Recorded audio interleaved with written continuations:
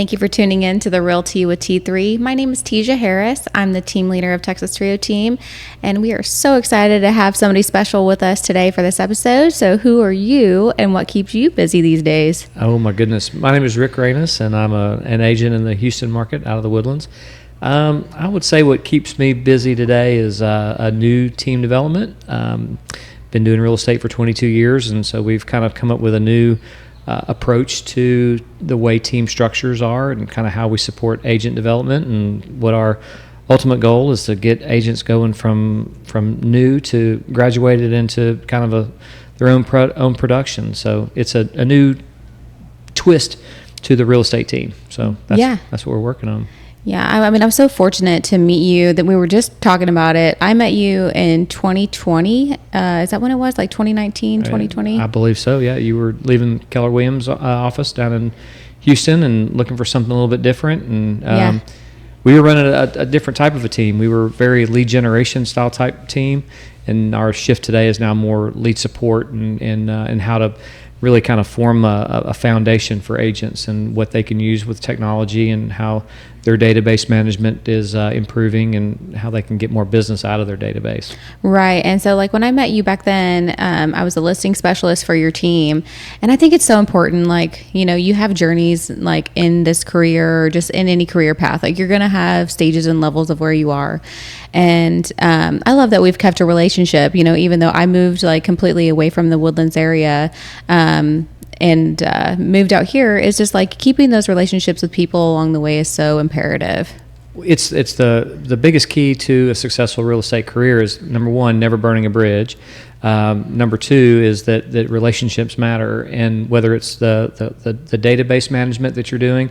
One of the things that's been very special for me is the real estate CRM. So I have probably 15,000 agents around the country, and mainly out of the Houston market, that are in a database that I work really hard to stay in touch with, because I learn a lot from them. I've learned a lot from you, and in the time that you were a part of our team, the way you handle clients is something that is very unique in your skill sets. And so you take a little bit from this individual, a little bit from that individual. It's how we all kind of get to our success levels. Yeah, I mean, it's just part of like human nature, I think, too, is like you don't have to reinvent the wheel all the time. It's like you are brought into a network of people wherever that's at, and then just adapting and changing and learning things and growing with whatever you've learned. It's not necessarily copying. It's just like creating something like without making it so difficult all the time. Well, I don't think you have to recreate the wheel. I feel like copy and paste is a very important piece to the computer networking, right? So everybody talks about copy and paste, and even when you do copy and paste, there's a certain flair that what you're going to bring to that dynamic. And one of my business partners, we have been competing teams in the Woodlands for a really long time before we kind of merged and are running together. And one of the things that we've often joked about is that even though he had a very deep CRM and I had a very deep CRM, there were very few times that they actually interacted, and we never competed against each other for listings or for buyers even.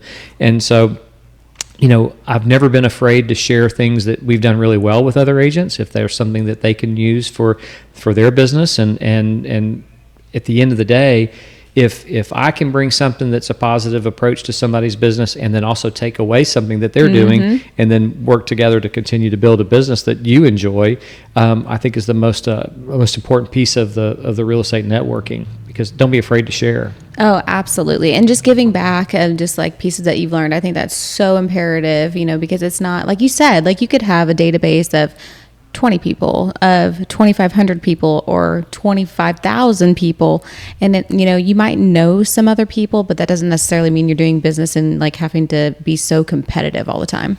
Well, I think it's interesting. One of the technology companies that we do a lot of business with, it's a company called Fellow, and they do a significant amount of database management for a lot of agents around the country.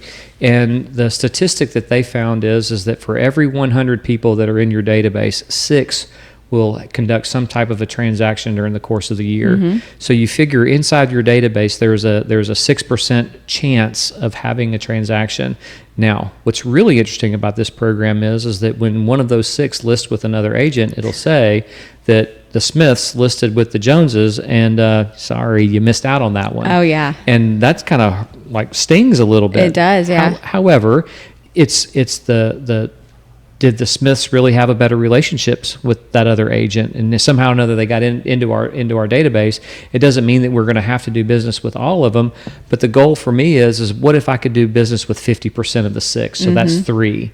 So I look at it, and one of the things that we talk to our agents about is the database is your gold mine. So if you have 100 and you can get 3 deals out of 100. If you want to do 10 deals a year, well, you need to have 300 plus 8 people in your database. Right. And then you got to communicate with them. And if you can do that at a really high level, the people are going to respect that you're consistent in the business. They're going to see your professionalism and some of the information and the content that you're providing to them, and it'll increase your conversion rate. So if 6 is the number out of every 100 that you have an opportunity to catch, well, what's your conversion rate on those 6? And our goal is 50% of it. So. Yeah, I mean, 50% is a really high ratio, for sure. And so, let's just do an exercise, for anybody that's watching, is just go into your phone right now, and there's whether you have an iPhone or an Android, and then just how many contacts do you actually have inside of your phone? You may have that core group of people that you're talking to, but look at that number and put it in the comments of how many people are actually in your phone. And then diving a little deeper and going to do you have their full name, or is it saved as Dave the dog walker, and just doing the exercise of cleaning up your database as a real estate agent or a business owner, getting full name, phone number, email, address, and simplify it a little bit. Well, you can even have a contest with yourself too. Is okay, do I have all of those 4 items in for everybody? And if I don't, and most CRMs will allow you to check if I need a contact that's missing this, and it'll tell you who you need to improve on. And if you don't, I would encourage you to find a CRM that will allow that, because it's super important.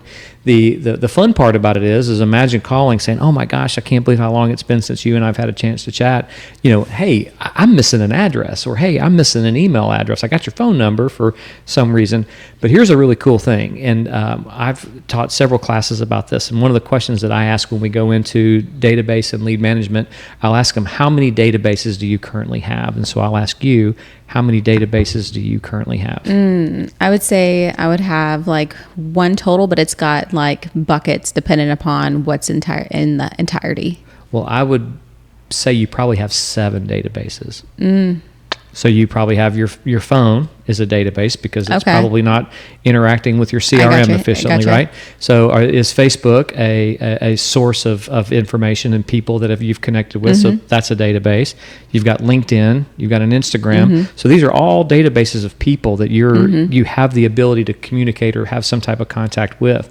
So if you had a significant number of followers on Instagram, and let's just say you've got 2,000 people that follow you, or even smaller than that, you're building a business and you've got 500 people. What if you could go to everybody on an individual basis and say, how cool is it that you're a follower of mine? I noticed that I didn't follow you, or I just recently started following you. Thank you so much. Hey, I'd love to be able to have an opportunity to communicate more on the real estate side of things. Would it be okay if you shared your information with me? And if you've developed that sense of level of trust to the storyline of what you're providing, you're going to create that level of trust for them to say, well, sure, here's an email address or a phone number, or and that's where you can plug them into your true CRM database. But we've got so many different levels of way to contact people and how to be in touch with them and showcase the professionalism that we have.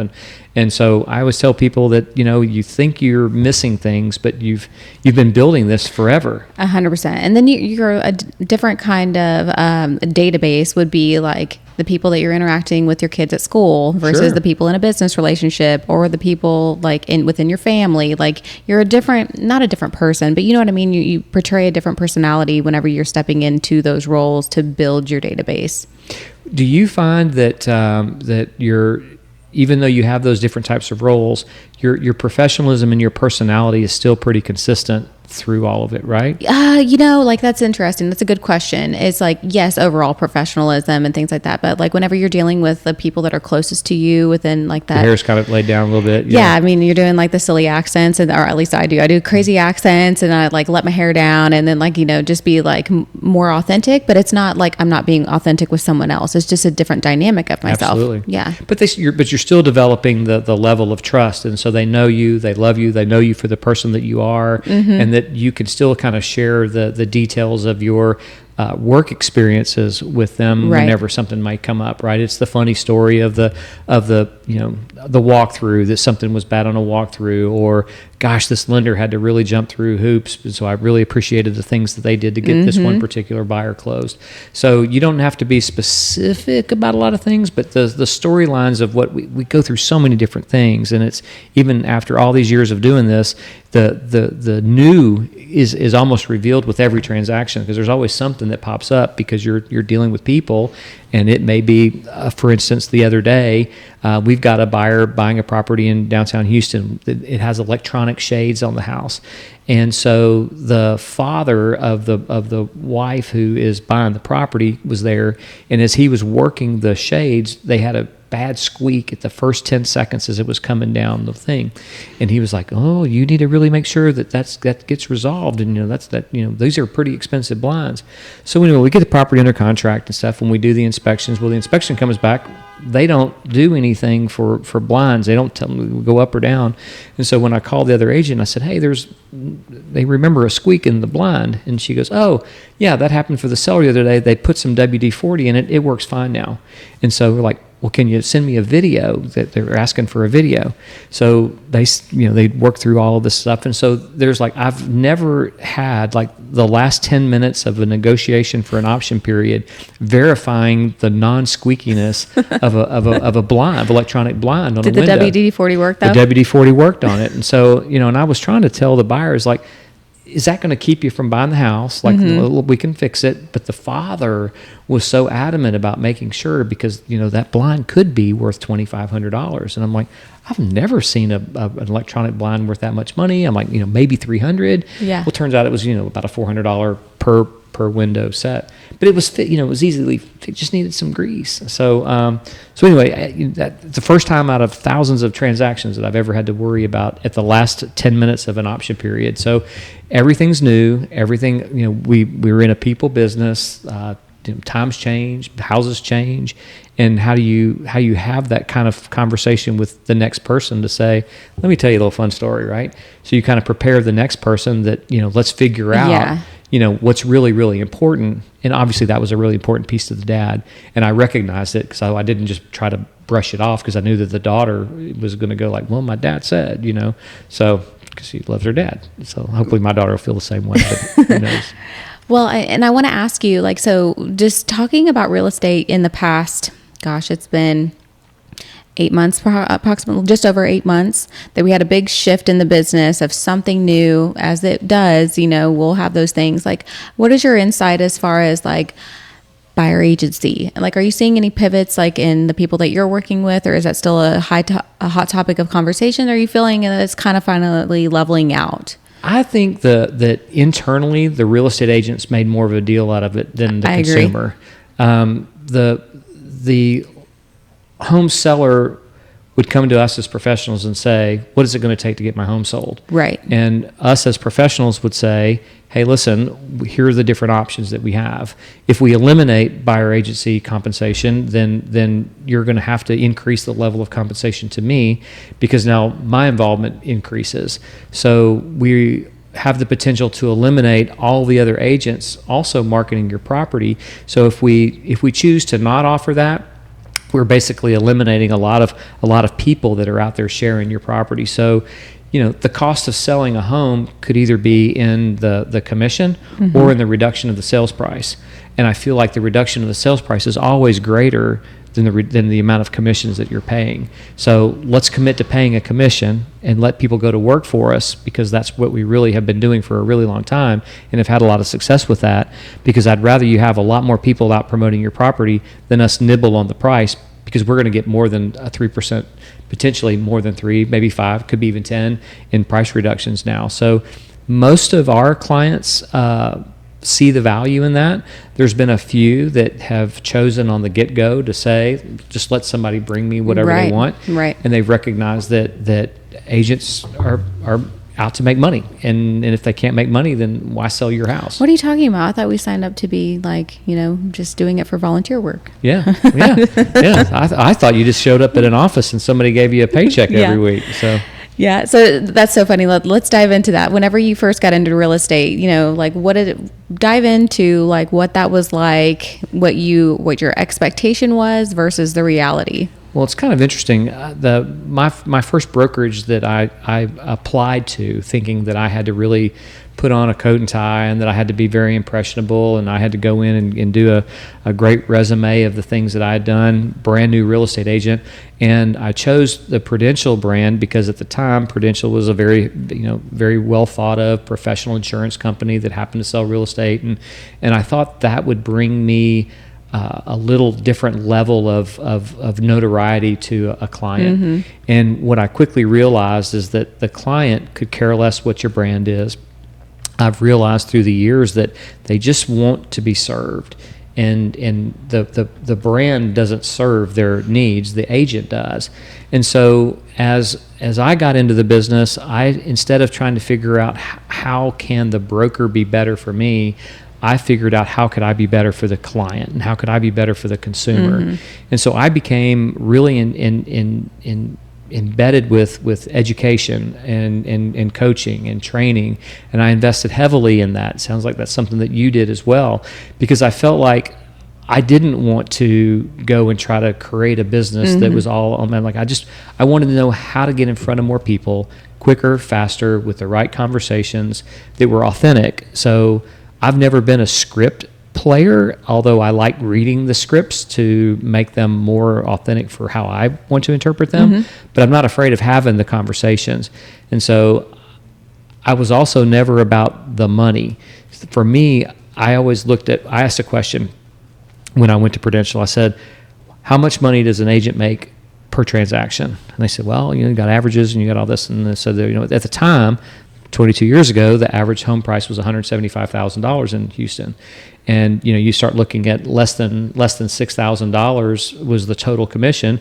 Prudential took half of that. So I'm thinking, okay, well, if I can make $2,500 per closing, this was my quick math, and I needed to make a specific amount of money, how many people did I need to help? Mm-hmm. And so I kind of came to a conclusion that for my math and what I wanted to make, I needed to help 3 people every single month. So my conversations were centered around that number. It wasn't about the big picture on how much money I was going to make, but it was if I could go back to seeing how many people could I legitimately help with the transaction of a real estate home purchase or home sale, I could meet my needs.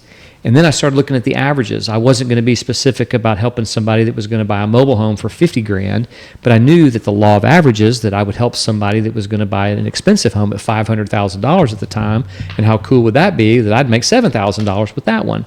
So I never put obviously I'm a data analyst type guy. I had spreadsheets all over the place, but it was always about how many people could I help. And I just knew that if I helped a certain number of people, God would take care of my finances. Yeah, and that's so important. So do you like looking at your yearly, or do you look at yearly targets? Or are you just focusing on like the monthly, quarterly targets? I can tell you how much money I made every single month, how many people I've helped every single month for the last 22 years. I love that. Mm-hmm. So over the years, it's a special kind of thing where you actually want to take all the information that you've gathered and then give it back to somebody. So what are some things, like you've coached, you've mentored, you've taught, you've been a team leader, you've done all of those things. Like, so what are pieces of those that like you've really just sustained the value and like keeps you going as far as those roles in your life? Out of all of it, it goes back to the relationship with the agent, relationship with the client. And I'm in a disc profile world, I'm a high I. I'd like for everything to be perfect in a great way. Are you an IC? I'm an IC. I knew it. Yeah. I enjoy the process. So I'm a very task list type guy. Sometimes I skip a lot of things because it's just, just kind of the nature of things. Something gets missed and you just kind of can't go back and re-catch up on it. But I want everybody to be pleased. I want everybody to be happy. If somebody has a bad thing or something to say, I get my feelings hurt. And so I don't even want to hear it. Like, no, doesn't exist. Doesn't exist. La la la la. So, but I enjoy the relationship. And I keep saying that word a lot because I think it's super important. But to me, it's everything.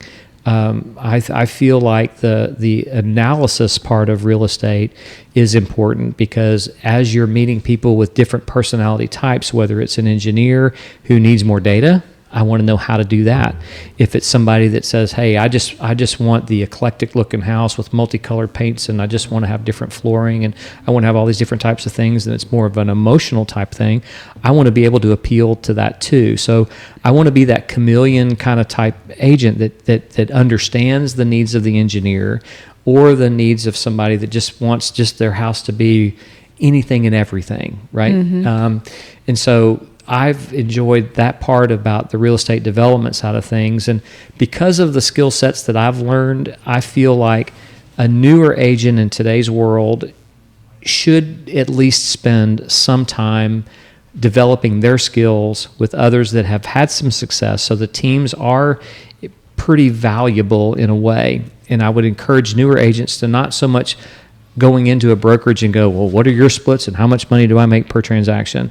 Because I'd rather them ask questions on what kind of value can I get from a training perspective? How can you help me develop my business? What are the things that you've done to be successful that I could learn from?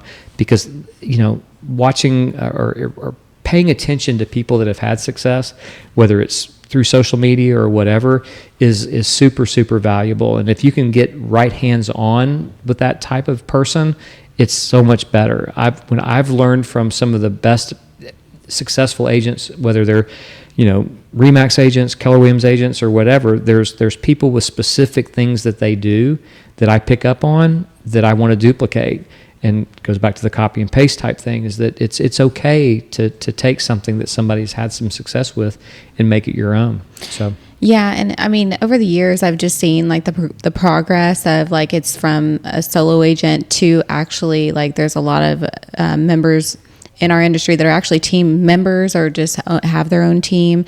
And part of the Tom Ferry ecosystem that I'm in is like you've got, it's I can't say a 50-50. I don't know the exact ratios. I wish I did. But, it's like you're catering to that person that is an individual agent, that's all they want to be. They don't want to be on a team versus like people with team models and how diverse and different they can all be. And so what are you kind of seeing as far as like the trends as far as teams and solo agents are across the country?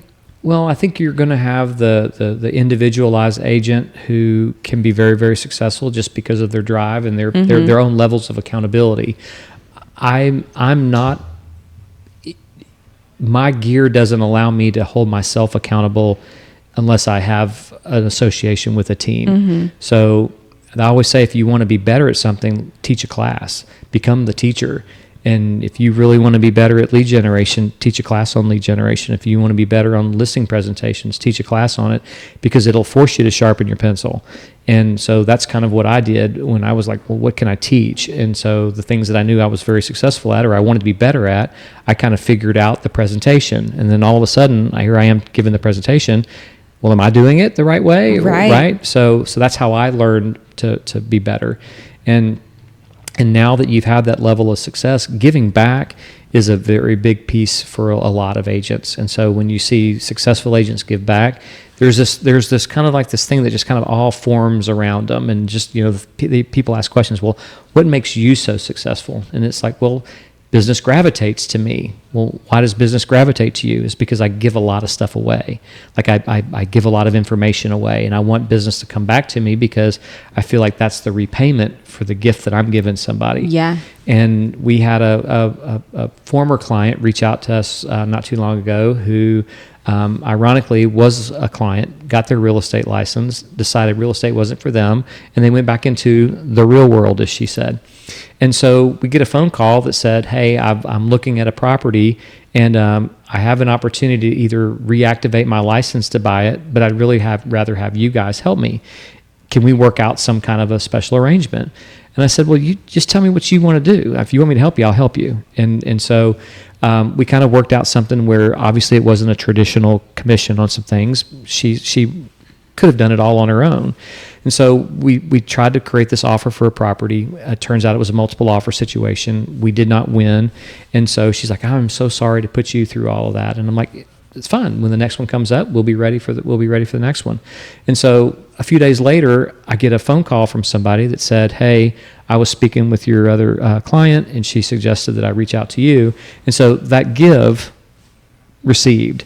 So, right. It was her way of saying thank you. And so I I've always What a great way to say thank you. It's a beautiful way to say thank you. And so the thing that you wake up every day is coming to work with a great attitude, coming to work with just, you know what, I'm going to be successful.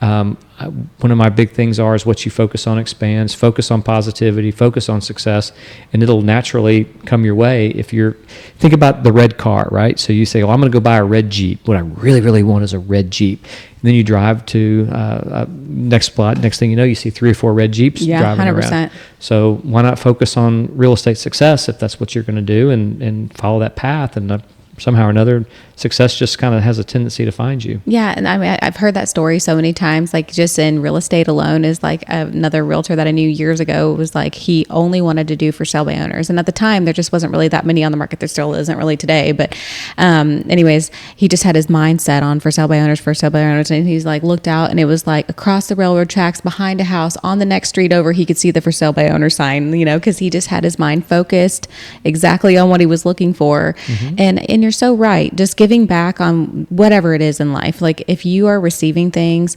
like giving a little token back in some sort of capacity back to as humans, is just like so meaningful and makes a better way to live. Well, I've watched you be an incredible giver for things, and the things that you'll go out of your way to do makes a significant impression on the client, and it's why you're successful today, is because that you want to be a difference maker, and that separates you from a lot of people, and that's why you're successful, is because you're willing to do those types of things. And I think so many agents today will go, well, if I'm not getting paid for that, or I'm not doing that, I'm not getting paid for that, and mm-hmm. One of my biggest pet peeves is when you see a lot of different community real estate groups, and the subject of would you show a property before someone gets a mortgage approval, and so it's an interesting thought process. But there's an incredible number of agents that'll say, I'm not driving to show a property unless somebody shows me that they're capable of buying. And I'm thinking, well, that's a potential roadblock, right? So now you've got a spot to where you may not meet the individual because they just want to see the house. Sometimes you got to prime the pump a little bit to make them go, well, I really am ready. And what's the chances that somebody is going to be so crappy that they can't buy something? Right. Or maybe it's just that individual client, and I've seen it too, is just like, maybe it's cash. Maybe they've got that much in cash they're wanting to put down, and they don't want to just send you the bank statement without really getting to know you and like building that relationship with you. And so, yeah, I mean, it's just about making and creating meaningful conversations to get past to the next step and to move on, to help the client as much as you possibly can. But at the same time, like, you don't want somebody to just lead you on like on a wild goose chase at the same time. Yeah, and those are the conversations you have with them, usually on the first couple of home. I always tell people, I'll give you 1 or 2, but after that, let's dig a little deeper in all of it. But at least by that time, you got an idea of whether you may not want to work with them at all either. So right, and that's one of the things that I learned early on in my career too, is creating that outline for the client. Like, I used to be in the Mike Ferry organization, and he would say, you get to the listing presentation, and you say, 1 of 3 things are going to happen. You're going to hire me, you're not going to hire me, or I'm just not going to take your stuff. So any of those are fine. And I remember thinking back in the day, I'm like, those are so brash and to the point. But sometimes, depending on the client's personality, that's what they want to hear, is just like, give me straight to the point and tell me what's going to happen. Well, I would say that most of the clients that we've had already trust you. Right. And so they respect when you're honest. They respect when you're kind of correcting them in a way. It's, imagine going to a physician. The other day I unfortunately had to go see one, but you're asking questions and you're trusting what they're going to tell you. Right. And sometimes they tell you things that you don't want to hear, and you're like, okay, I can take it, but at least I know, and then I can make the decisions based on what you're giving me. And I think that we as agents sometimes don't want to deliver bad information, or information that isn't consistent with what they're hoping for, and we fail them. And at the end of the day, if we're not being as whatever data we're trying to provide, if we're not giving them the full story, we're cheating them. And that's the way I've always kind of felt, but deliver it in the right way.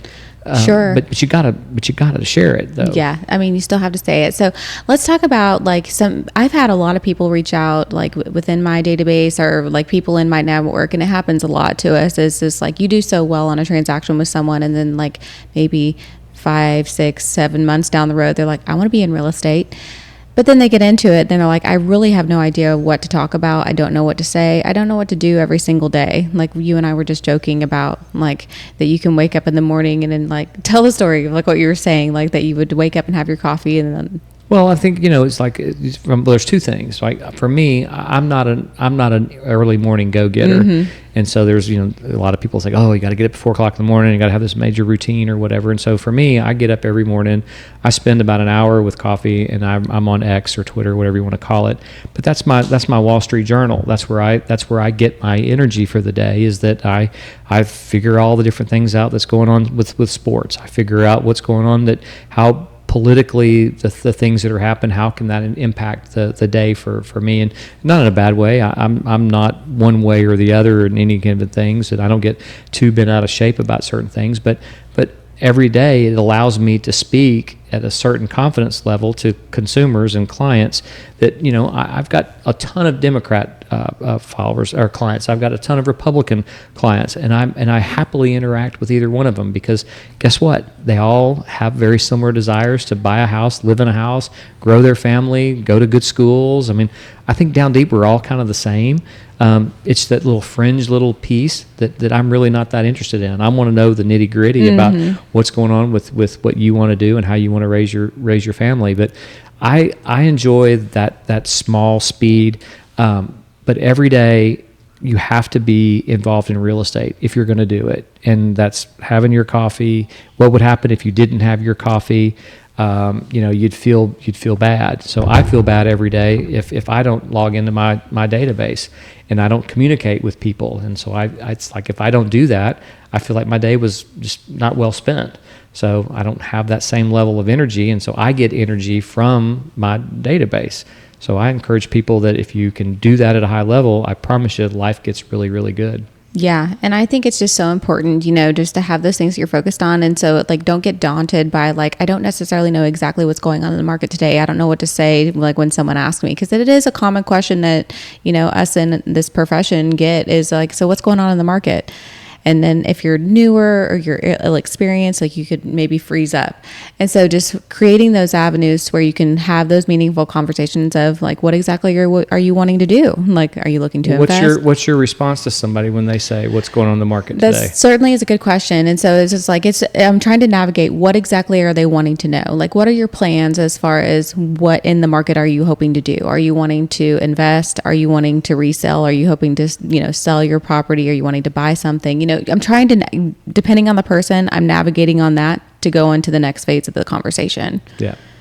Well, that's also kind of knowing their personalities and kind of having, if you know them well enough. But like if you're in a grocery store and you're kind of at a checkout and you have your name badge on and they say, oh, you're an agent, and you're like, you don't know who they are, and they say, well, so what's going on in the world of real estate today? Do you have like a really quick little like one-liner that you just kind of share with them? Yeah, sure. That's a really good question. I'll usually want to know more about them to get to those fine details, and it's like, okay, so tell me, like, are you living in the area? Yeah. How long have you lived here? Oh gosh, we've been here forever, 25 years. Oh wow! So where did you move from? Man, we came here from West Texas. We just wanted to get out of the sunshine of the mountains. We came over here to see some trees. Wow! So all the way from West Texas. That was 25 years ago. So are you loving the trees and enjoying it? We planted it. We bought a house in a newer neighborhood, and we planted some trees. And the house we were in over there, it was just rock. And so now we've watched these trees. They're taller than our house now. So it's been fun to watch that grow. It's kind of like watching your children grow almost. So. Oh wow! So do you have kids? Yes. How many kids do you have? I've got 3. Wow. So 25 years being out here, you've seen the trees grow from rocks and, grow. the kids are all grown. So if you were to move, where would you go to next? Oh gosh, I don't know. That's a good question. We haven't really thought about that. We're pretty happy where we are. We're just curious. I just, always wondered like what's going on in the world of real estate. Yeah. So are you wanting to know what's going on in your neighborhood, or would you like to know just overall? Well, just in general. I mean, are we in a good spot? I mean, it seems like there's a lot more people here today than there were 25 years ago. So this area really has grown a lot, and so do you feel like it's a good spot? Well, it's got good ice cream here, so I would say it's a great spot. It does have good ice cream. And so, when would be a good time? So maybe we could talk about what's going on in the market in your neighborhood, and maybe think about where you and your family could go in the next couple of years. It's kind of interesting. A lot of things are going on in our house today. We haven't done a whole lot to it, but if we've often wondered, like, what could we do to it that would make it a little bit more presentable. So maybe a good opportunity would be for you to come by and pop out. I'm sure you help a lot of people with those types of things. Yeah, I'm actually available Saturday or Sunday. Which day works better for you? Dude, you like coffee or cake, or what do you come over for? So let's do coffee. Okay, all right, you got it.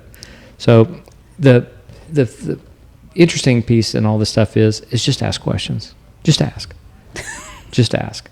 And you'll seal the appointment. Yeah. Yeah. And it's interesting that being authentic and curiosity and coming from curiosity will always get you an answer, and so I think you did a great job with all that. One of the things that we always like to say is that, in real estate, there's a bed for every buyer, and there's usually a garage for every car. So depending upon what you're looking for, I'm sure there's probably some things we can find for you. So. That is so. I was not expecting to role play like right here, but it is. It didn't. It's like it's so simplistic of like you're just trying to find out more about the person, and to get the objective that they're looking for, and also be helpful along the way. Have you found that by asking the right questions, and this is one of the things that I've always found, if I can get a client to dig deep into the number of children, right? So kind of the big running thing for us is family, occupation, recreation, and dream. So the 4 technique, right? Yep. So you talk about their family, you talk about what brought them here, what do they do for fun? Obviously I was growing trees or whatever, but the client that shares all that with you are less likely to share it with a second agent. So if you can start to develop that where about their family, and about where they work, and about the things that they do for fun, and the home that they have, is it their dream home? And you've lived there for 25 years, but is it the home you've always wanted? And would you consider even moving from your home? Exactly. And then, like you said about like the relationship you had with somebody where you like were going to try and help her, would do something, it didn't work out necessarily, but like you took the initiative to help and ask enough questions where that particular avenue necessarily didn't work, but you worked hard on that relationship. So whenever it does get to a point where they're ready to refer a business, or they know someone out of that 6% in your phone, like, if you're working that and creating a system of following up and being meaningful in in another person's life, it's a go-getter, Like, well, it's a way for the newer agent to kind of come in and say, okay, well, what do I really need to focus in on? And if they'll do that and not be hesitant on certain things, or feel like I just don't know, so I won't try.